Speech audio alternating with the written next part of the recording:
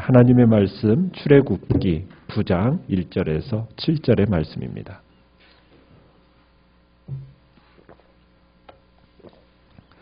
출애굽기 9장 1절에서 7절의 말씀 교독하겠습니다. 여호와께서 모세에게 이르시되 바로에게 들어가서 그에게 이르라. 히브리 사람의 하나님 여호와께서 말씀하시기를 내 백성을 보내라. 그들이 나를 섬길 것이니라. 여호와의 손이 들에 있는데 가축 곧 말과 나귀와 낙타와 소와 양에게 더하리니 심한 돌림병이 있을 것이며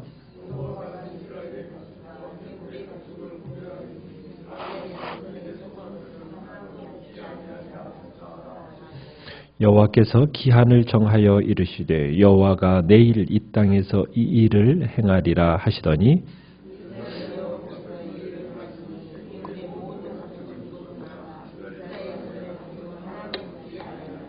같이 읽습니다. 바로가 사람을 보내어 본즉 이스라엘의 가축은 하나도 죽지 아니하였더라.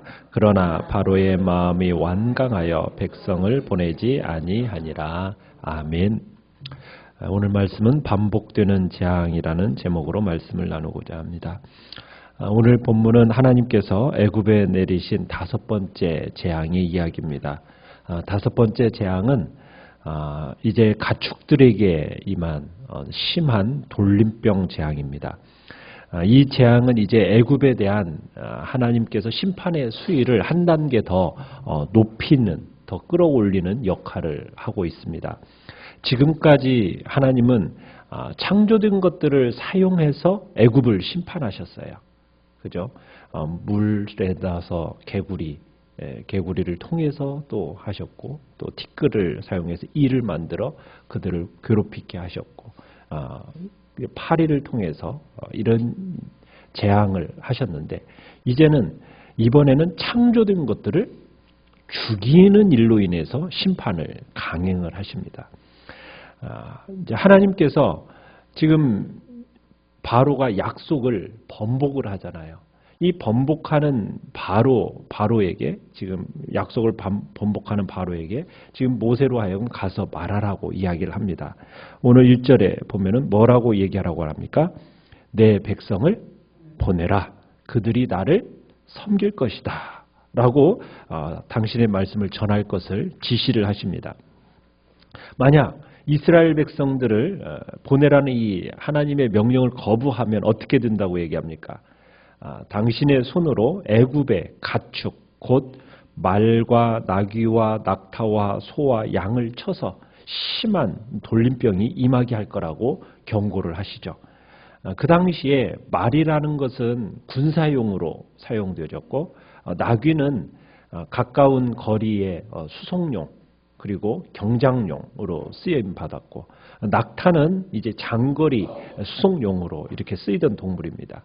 그러니까 이 동물들은 애굽에 있어서 군사적으로나 경제적으로나 아주 중요한 재산들이었던 겁니다. 그런데 이 가축들을 친다라고 하는 것은 군사적인 면에 있어서나 경제적인 면에서 굉장히 그 나라에 타격을 입어서 혼란과 이제 재앙이 임한다라는 것을 의미하는 겁니다. 하나님께서 이제 가축을 치실 때 이스라엘의 가축은 어떻게 한다고 얘기하시죠? 그 가축은 내가 구별하겠다. 그들 이스라엘의 가축은 절대로 죽지 않게 하겠다라고 말씀을 하십니다. 그러니까 애굽 사람들의 가축이 죽는 것과는 달리 이스라엘 백성들의 모든 짐승들은 안전할 거라고 얘기하는 거예요. 이것은 하나님께서 자기 백성의 생명을 악인과 함께 절대로 멸하지 않으십니다. 그뿐만 아니라 하나님께서 자기 백성의 소유에 대해서는 어떻게 하신다는 거예요. 하나님이 긍휼을 베푸시고 자기 백성의 소유는 지키시고 보호하시는 분이다. 하나님께서 자기 백성에 대해서는 책임감을 가지시고 철저하게 지키시고 보호하시는 분이 하나님이심을 우리에게 보여주고 있습니다. 또한 하나님께서 이제 5절에 보면은 기한을 정하시고 이 재앙을 행하시는 걸 보게 돼요. 그러니까 내일이라는 딱 기한을 정하십니다. 그러니까 하나님께서 내일이라는 기한을 정해서 애굽의 가축에게 재앙을 내리신다는 거 알리고 계세요. 그러니까 하나님께서 죄에 대해서 그냥 곧바로 심판하실 수도 있잖아요. 그런데 하나님은 심판의 때를 딱 친히 정하시고 그것을 알려주시고 실행하시더라는 거예요. 그러니까 노아의 홍수의 사건도 여러분이 보시면은 하나님께서 120년이라는 기간을 딱 정하십니다. 그리고 그 때가 차니까 하나님께서 심판을 단행하세요. 그러니까 하나님은 때를 정하시고 그 때를 따라서 역사하시는 분이세요. 그러니까 그 때와 기한은 그러나 누구의 소관입니까? 하나님의 소관이시고 하나님께서 정하시는 거예요. 인간은 그 때와 기한을 하나님께서 정하시는 대로 순종하며 가는 겁니다.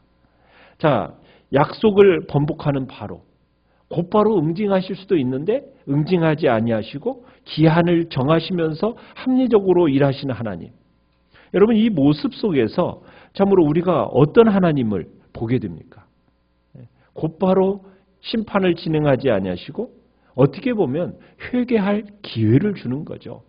돌이킬 기회를 주시면서 하나님의 명령에 순종할 수 있는 어떻게 보면 하루의 기회를 주시는 겁니다. 그러니까 하나님은 악인이 심판받는 순간까지도 자비를 베푸시는 은혜의 하나님임을 우리에게 보여주고 있는 거예요. 그러니까 하나님은 그저 악인이 곧바로 심판을 당해서 죽는 것을 즐기는 분은 아닙니다.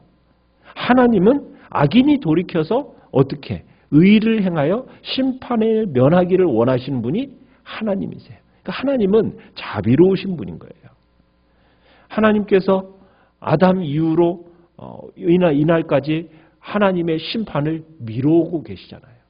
당장 심판할 수 있음에도 불구하고 구원받을 자들을 위해서 심판을 유보하고 계시는 거예요.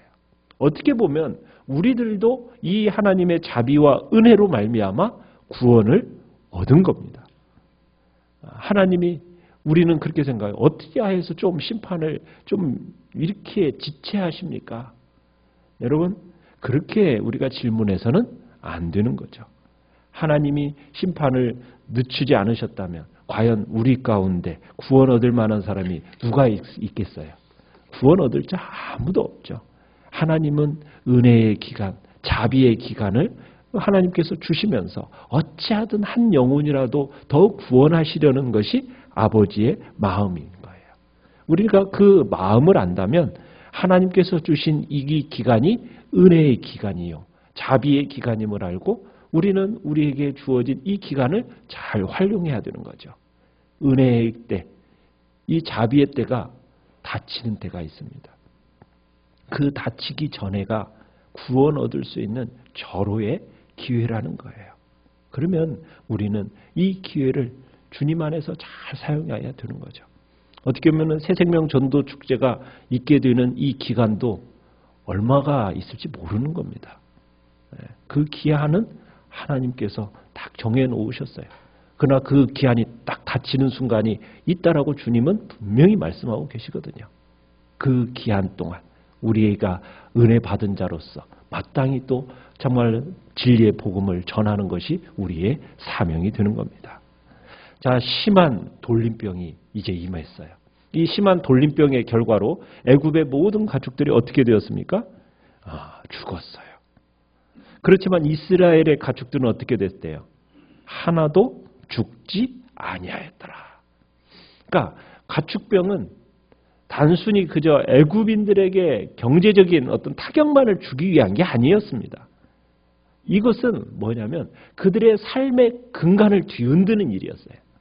무슨 얘기냐면 애굽인들은 이 당시에 소를 신으로 숭배했습니다. 소를. 또 가축들, 그러니까 짐승들 중에 신으로 숭배하는 짐승들이 있었다라는 거예요. 특별히 힘과 생명의 신으로 숭배되었던 게 황소입니다. 그래서 짐승들 가운데 신성시되어지는 그런 짐승들이 있었어요. 그런 짐승들을 이제 다 어떻게 하는 거예요? 죽이신 거예요. 결국 그 신성시되는 짐승들의 죽음은 무엇을 의미하는 거겠습니까? 신들의 죽음을 의미하는 거예요. 애굽에서 대표적인 가축이 소입니다. 이 소에 대해서는 우상이 많았어요. 예, 그 당시에 하토르라는 신이 있었는데 이 신은 모든 신의 어머니라고 불렸습니다. 모신이었죠. 그런데 그 모습이 암소의 모습이었다고 그래요. 또 아피스라는 신이 있는데 이 아피스라는 신은 이 푸타라는 신이 부리던 신이었어요. 그런데 자손의 번식을 주도한다라고 그게 다산의 신으로 여겨졌습니다. 그런데 이 신도 황소의 모습을 가지고 있었다는 거예요. 또 음네비스라는 신이 있는데 이 신도 어떤 태양의 도시라는 곳에 수호신으로 여겨졌는데 그 신의 모습도 황소의 모습을 가지고 있었다는 거예요. 그러니까 애굽에 있어서 짐승들이 신으로서 여김을 받은 겁니다. 그래서 하나님께서 어떻게 보면 이 다섯 번째 재앙은 애굽에 이제는 신으로 여김받는 그 짐승들에 대한 심판이라고 할 수가 있는 겁니다.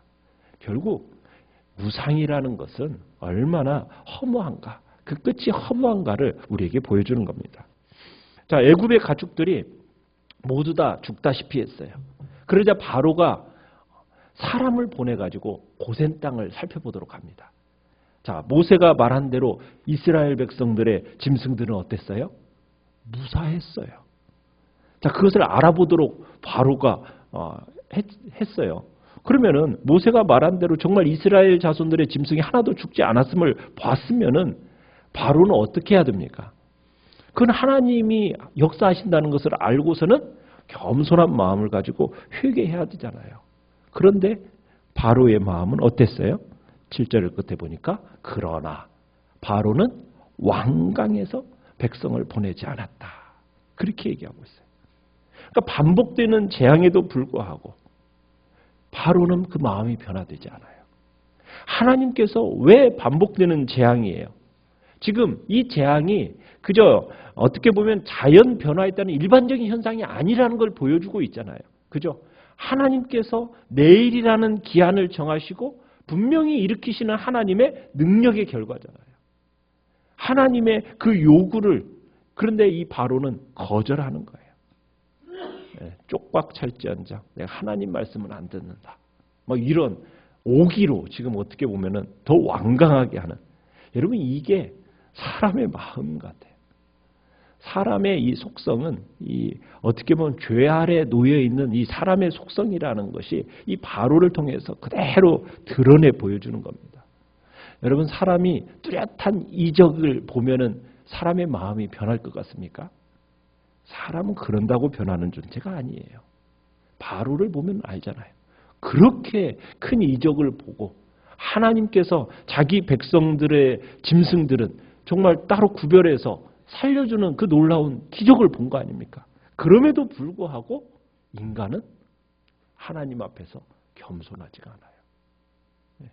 인간은 도리어 다른 증거를 자꾸 요구해요. 그러니까 이적으로 사람의 마음이 변하는 게 아니라는 거죠.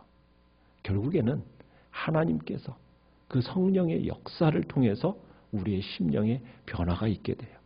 우리의 마음에 하나님이 진정으로 원하시는 마음, 어떤 마음이겠습니까? 겸손한 마음이요. 온유한 마음이요. 진리에 기꺼이 순종하려는 마음. 이 자세를 갖는 것이 정말 중요한 겁니다. 하나님은 완강하고 강팍하고 교만한 마음, 정말 싫어하십니다. 주님이 찾으시는 마음은 상한 심령을 가지고 겸손히 주님 앞에 엎드리는 그 마음, 그 마음을 찾으시고 그런 자를 사랑하십니다. 우리는 이 시간에도 겸손히 우리의 마음에 혹시 교만함이나 완강함이 있다면 그거 다 깨어뜨리고 완악하고 망령된 거 다 제하고 주님 앞에서 겸손하고 온유한 심령으로 주님 앞에 진리를 구하고 그 진리에 기꺼이 순종하는 자로 서겠다라고 이 시간 주님 앞에 결단하며 나가시길 바랍니다. 이것이 우리가 이 땅을 살아가는 참된 현명한 자의 모습인 겁니다.